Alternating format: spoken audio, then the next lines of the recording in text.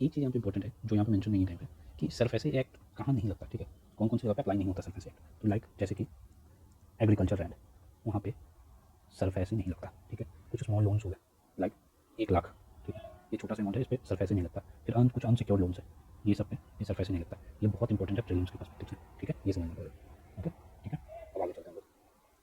सब कुछ की डेवलपमेंट्स दिया हुआ लाइक स्विफ्ट मैसेजिंग नेटवर्क क्या है, India post payment bank, PCA framework, financial fraud risk, ये सब क्या है, इससे रिलेटेड पड़ेंगे। जैसे स्विफ्ट मैसेजिंग के बारे में दिया हुआ, ठीक, बोलते Indian bank accelerated adoption of Swift messaging framework, ठीक है, ISO 2022, ठीक। ISO जो ग्लोबल स्विफ्ट के बारे में हम लोग समझते हैं क्या है स्विफ्ट, बोलते हैं secure messaging network facilitating global financial transaction between over 11,000 across 200 countries. Basically ऐसे समझ लेते हैं, इसको यहाँ से नहीं समझ में आ सकता कि society for world wide inter bank financial telecommunication secured, basically समझ लो मैसेजिंग नेटवर्क है बैंक्स के बीच में। इसको 1973 में हम किया गया था, हेडक्वार्टर इसका स्विफ्ट बेल्जियम में। क्या है purpose, to streamline secure cross border financial communication. BRICS pay is a proposed cross border payment system to facilitate trade financial transaction among BRICS member to reduce dependence on SWIFT, ठीक है। तो basically Swift क्या हो गया, एक messaging network है बैंकों के बीच में। फिर आगे चलते हैं इंडिया पोस्ट पेमेंट बैंक। अब बोलता है कि इसको बनाया गया था 2018 में 100% government own payment bank under the department of post ministry of communication. अब पेमेंट बैंक क्या होता है, are specialized financial institution design to provide basic banking services to under bank and unbank population. मतलब हम लोग जानते हैं कि जनधन अकाउंट आया, ठीक है, जनधन किस लिए आया था, इसलिए आया था क्योंकि मोस्ट ऑफ द लोग के पास अकाउंट्स थे ही नहीं, बैंक अकाउंट्स थे ही नहीं। तो छोटी छोटी जगह पे जहाँ पे बैंक्स हैं नहीं, बहुत अंदर का एरिया, तो वहाँ बैंक्स हैं नहीं, तो वहाँ पे पेमेंट बैंक्स का सिस्टम लाया गया। तो यहाँ पे इंडिया पोस्ट पेमेंट बैंक इसीलिए भी बना था। Leverage extensive postal network services offer क्या क्या देता है, saving current account, direct benefit transfer, bills and utility payments, access to third party conduct such as loan, insurance, etc. It can accept deposit up to 2 lakh and enable money transfer and bill payment but can not give loans और issue credit cards. ये बहुत important line है कि ये लोग loan और credit card नहीं दे सकते, जबकि बैंक्स आपको लोन दे सकते हैं। इसका मतलब पेमेंट बैंक यहाँ पे बोल रहा है कि लोन नहीं देता, ठीक है। अब आगे चलते हैं पीसीए फ्रेमवर्क। अब जैसे एक दो एग्जाम्पल और पेमेंट बैंक का सोचिए क्या हो सकता है, पेमेंट बैंक का एग्जाम्पल। फिर आगे चलते हैं पीसीए फ्रेमवर्क। तो ये क्या है, प्रॉम्प्ट करेक्टिव एक्शन फ्रेमवर्क। ये क्या है, प्रॉम्प्ट करेक्टिव, ठीक है। तो बोलता है कि RBI has introduce A PCA framework for scheduled commercial bank in 2002 and for UCB, ठीक है, कोऑपरेटिव बैंक्स के लिए, जो जुलाई 2024 में बनाया। इसमें क्या इसका ऑब्जेक्टिव क्या है, तो to enable supervisory intervention at an appropriate time and required to UCB to initiate and implement remedial measures promptly to restore the financial health. Basically आप बहुत बार सुनते होंगे कि कुछ कोऑपरेटिव बैंक्स है जो एकाएक फंक्शन करना बंद कर दिया, काम करना बंद कर दिया, फ्रॉड हो गया कुछ, ठीक है। तो उसके लिए बेसिकली पीसीए फ्रेमवर्क लाया गया कि इस पर ध्यान रखना, प्रॉम्प्ट करेक्टिव एक्शन, ठीक है, तो तुरंत उस पर एक्शन लेना। ये बहुत बैंक्स और एनबीएफसी दोनों पर एप्लीकेबल होता है। CAR asset quality and profitability are the key areas of monitoring, कैसा एसेट क्वालिटी है कंपनी का, ये सब बहुत इंपॉर्टेंट होता है कंपनीज के लिए, ठीक है। अब आगे चलते हैं फाइनेंशियल फ्रॉड रिस्क इंडिकेटर। ये एक इंडिकेटर बनाया गया, बोलता है launch in May 2025 by department of telecommunication digital intelligence unit, a risk based metric that classified mobile number to have been associated with medium high और very high risk of financial fraud, ठीक है। मतलब कि कुछ mobile number है जिस पे आ जाता है, लिखा हुआ जाता है कि पोटेंशियल थ्रेड, पोटेंशियल फ्रॉड ऐसे करके आ जाता है। तो यहाँ पे जैसे दिया हुआ है कि उसमें काटे हुए नंबर में medium high very high risk of financial fraud करते हैं। बेसिकली बोलता है कि जैसे डिजिटल अरेस्ट वगैरह आप लोग सुनते हैं, तो डिजिटल अरेस्ट में क्या होता है, कॉल करके आपको ऐसा बना दिखाया जाता है कि आप मतलब कि कोई कंपनी से वो बात कर रहे हैं, कोई वहाँ से आपका जो भी डिटेल्स है वो लेकर वो बेसिकली आपको फ्रॉड करने की कोशिश करते हैं। आपको OTP वगैरह आना शुरू होता है, आपके स्क्रीन को हैक कर लेते हैं और उसके बाद वो बेसिकली फ्रॉड करते हैं। तो बोलता है this classification outcome of input obtain by various stake holder, ठीक है। अब ये इतना इंपॉर्टेंट है, जैसे यहाँ पे दिया हुआ है डॉट चक्षु प्लेटफॉर्म, ठीक है, ये सब डिस्ट्रीब्यूशन दिया हुआ है, ये हो गया, इसके लिए कंप्लीट हो गया। तो हम लोगों ने ये पहला पार्ट, पहला टॉपिक जो हम लोगों ने बैंकिंग एंड मॉनेटरी पॉलिसी, ये हम लोगों ने कंप्लीट कर लिया बैंकिंग एंड मॉनेटरी पॉलिसी का, ठीक है।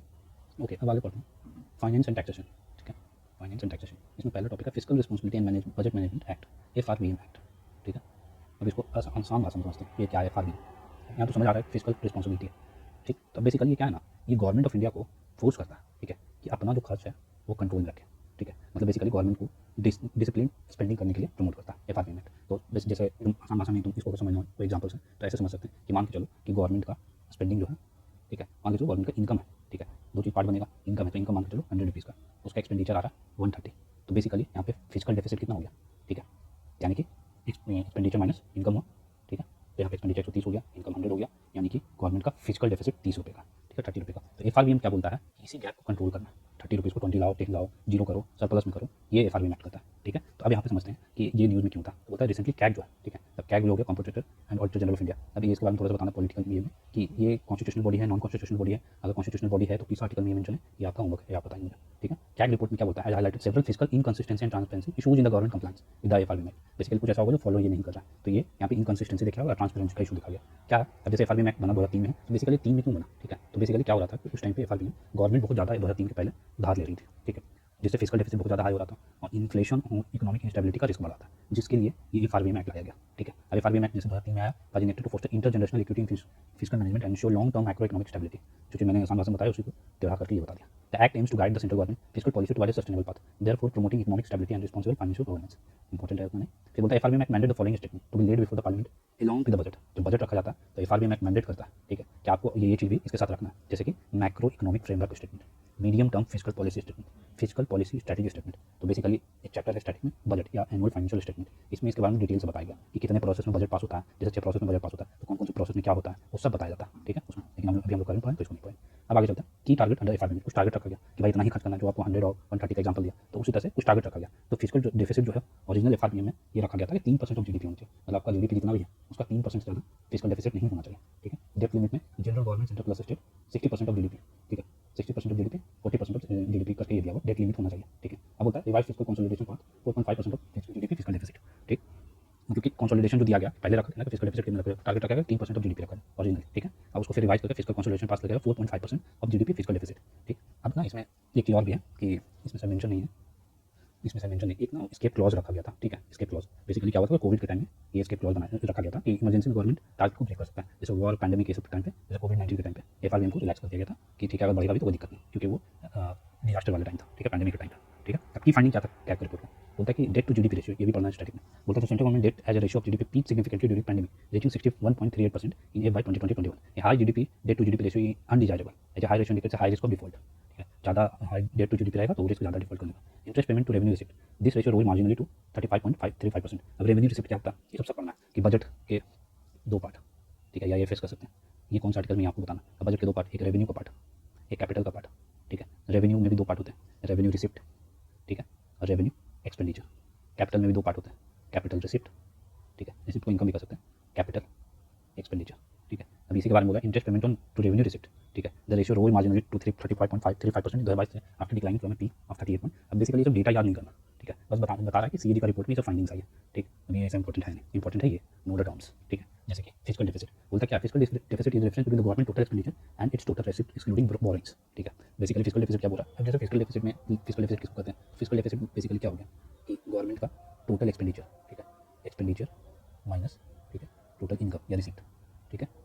एक्सक्लूडिंग क्या बोल रहा है, एक्सक्लूडिंग बोरोइंग, ठीक है। बोरोइंग को निकाल देगा, क्यों निकालता है बोरोइंग को, तो इसका भी ये जैसे हम लोग वहाँ पे देखे थे कि गवर्नमेंट का एक्सपेंडिचर 100 था, ठीक है, और उसका इनकम था 70 मान के चलते, ठीक है। अब इनकम 70 था तो फिजिकल डेफिसिट यहाँ पे क्या आ गया 30, ठीक है। यानी कि यहाँ पे 30 रुपये और लोन लेना पड़ेगा गवर्नमेंट को, ठीक है। लेकिन अगर इसमें हम लोग लोन को भी अगर एक्सक्लूड नहीं करेंगे यहाँ पे तो ये गलत पिक्चर दे देगा। जैसे मान के चलो कि इनकम में ही है, जैसे कि कहीं से पैसा आ रहा है तो इनकम जैसे गवर्नमेंट का 70 था और कहीं से और लोन लिया था 30 का, ठीक है। तो यहाँ पे अगर हम लोग फिजिकल डेफिसिट बनाने पे आ गए, अगर लोन को जोड़ लेते हैं तो क्या आएगा, एक्सपेंडिचर माइनस इनकम, ठीक है। तो एक्सपेंडिचर 100 का है, इनकम कितना हो 70 + 30 100 जीरो, तो इस हिसाब से तो ये डिफॉल्ट कर जाएगा ये फॉर्मूला से। इसीलिए बोला जाता है कि फिजिकल डेफिसिट क्या होता है, difference between the government total expenditure and it's total receipt excluding borrowing, borrowing को हटाया जाता है, ठीक है।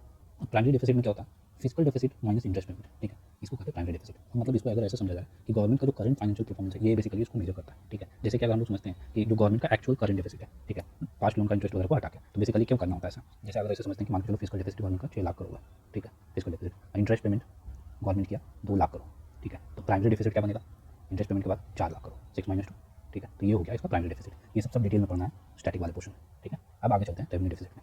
अब रेवेन्यू डेफिसिट सिंपल है, रेवेन्यू डेफिसिट में मैंने जिस बजट का वो जो बनाया था कि दो टाइप के होते हैं बजट में, रेवेन्यू और कैपिटल, ठीक है। रेवेन्यू में भी दो पार्ट होता है, ठीक है, रेवेन्यू रिसिप्ट, रेवेन्यू एक्सपेंडिचर। अब पूरा कि रेवेन्यू डेफिसिट किसको कहेंगे, तो रेवेन्यू डेफिसिट किसको कहेंगे, revenue expenditure minus revenue income, ये हो गया रेवेन्यू डेफिसिट, ठीक है। अब इसी को जो दिया हुआ होगा आप पढ़ लेना, ठीक है।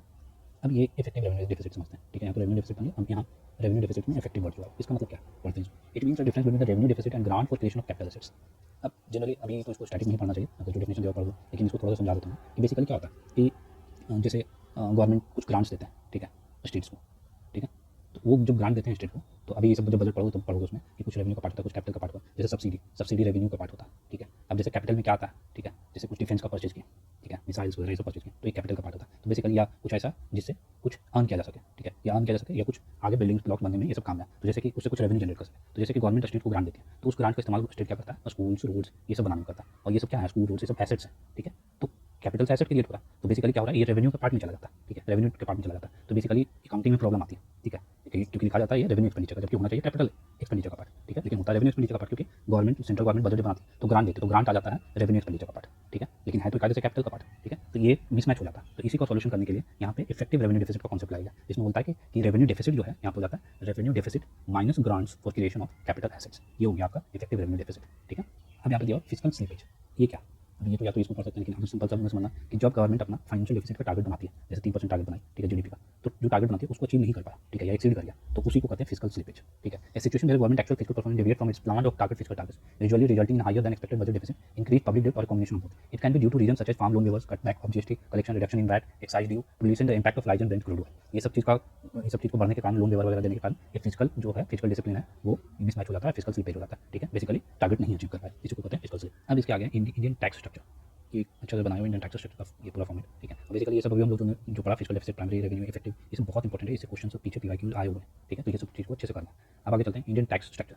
इंडिया का टैक्स स्ट्रक्चर दो पार्ट में बटा हुआ है, डायरेक्ट और इनडायरेक्ट। डायरेक्ट में क्या होता है, बर्डन ऑन सेम पर्सन, जैसे इनकम टैक्स अब आता है, ठीक है, तो आप खुद भरते हो, ठीक है, यानी कि बर्डन आप पे होता है वो टैक्स भरने का, ठीक है। Incidence and impact fall on the pair can not be shifted, किसी और पे शिफ्ट नहीं किया जा सकता, ठीक है, आपको भरना ही होगा, यहाँ पर बनाया हुआ है इंडिविजुअल, ठीक है। जबकि इनडायरेक्ट टैक्स में क्या होता है, बर्डन शिफ्टेड टू कंज्यूमर, ठीक है। जैसे आज आप कोई भी चीज़ लाते हो, दूध, दही, कुछ का भी पैकेट लाते हो, ठीक है, या कोई भी प्रोडक्ट ले लो, बाहर जोमेटो से ऑर्डर किया कुछ, तो उसमें देखोगे, जाकर देखना वहाँ पे टैक्स लिखा हुआ होता है, CGST, SGST, ठीक है, तो टैक्स इंक्लूडेड होता है। तो इसमें क्या है, burden shifted to consumer, consumer है वो पे कर रहा है, ये जैसे मैन्युफैक्चरर, सेलर, कंज्यूमर, ये सब पे इनडायरेक्ट टैक्स लगता है। Liability on seller but burden is shifted to buyer, ठीक है। सेलर पे भी लायबिलिटी होता है, लेकिन वो शिफ्ट कर देता है बायर पे। अब जैसे इसमें नेचर दिया हुआ है कि इसका नेचर कैसा होता है, डायरेक्ट टैक्स, तो प्रोग्रेसिव होता है। जैसे जैसे इनकम आपको बढ़ते जाएगा, वैसे वैसे आपका टैक्स भी बढ़ते जाएगा, यानी कि नेचर कैसा है, प्रोग्रेसिव है, ठीक है। जबकि नेचर इस केस में, डायरेक्ट केस में डिग्रेसिव है, मतलब सब पे सेम रेट अप्लाई होता है, same rate for everyone regarding of income. मतलब कुछ सामान खरीदने जाओ तो आप पे भी उतना ही टैक्स लगेगा जितना दूसरे पे लगेगा, ठीक है। अब जैसे इसका कुछ एग्जांपल है, डायरेक्ट टैक्स है, इनकम टैक्स, ठीक है, on individual annual income, corporate tax company पे लगता है, कैपिटल गेन टैक्स, ये सब डायरेक्ट टैक्स का पार्ट है, ठीक है। इसको एडमिनिस्टर कौन करता है, central board of direct tax, एकदम ईजी याद करना। जबकि इसका एग्जांपल डायरेक्ट टैक्स क्या है, GST, custom duty, excise duty. Excise custom किस पे लगता है, ऑन इंपोर्ट्स इनटू इंडिया, कुछ इंडिया में इंपोर्ट कर रहा है उस पर कस्टम लगता है, excise duty. On specific item like petroleum, liquor और साइड जीएसटी, उस पर एक्साइज ड्यूटी लगता है। इसको कौन एडमिनिस्टर करता है, central board of indirect taxes. अब क्या डिफरेंस है दोनों में, तो डायरेक्ट टैक्स में डायरेक्ट बर्डन होता है बेयर पे, जो बेयर करता है, जबकि इसमें कंज्यूमर पे होता है अल्टीमेटली। कलेक्शन क्या है, डायरेक्ट टैक्स में हार्डर टू कलेक्ट है, बहुत लोग इवेजन, टैक्स इवेजन करते हैं ना, बचाते हैं पैसा, ठीक है, तो इवेजन रिस्क इसमें ज़्यादा होता है, जबकि इसमें ईजियर टू कलेक्ट, क्योंकि इमेडेड इन प्राइस में जोड़ा हुआ होता है। अब इसका example income tax direct tax का, ठीक है, इनडायरेक्ट टैक्स का जीएसटी, ठीक है। यहाँ तक हम लोग देख लें इनडायरेक्ट टैक्सेस का। अब इसके आगे इंडियन टैक्स सिस्टम देख लें, ये बोलता है इनकम टैक्स एक्ट हो गया और भी है इसमें, ठीक है। तो आज के लिए फिलहाल इतना ही रहने देते हैं, ठीक है। बाकी आप लोग टारगेट जो आप लोग को दिया गया, टारगेट को आप लोगों को कंप्लीट करना।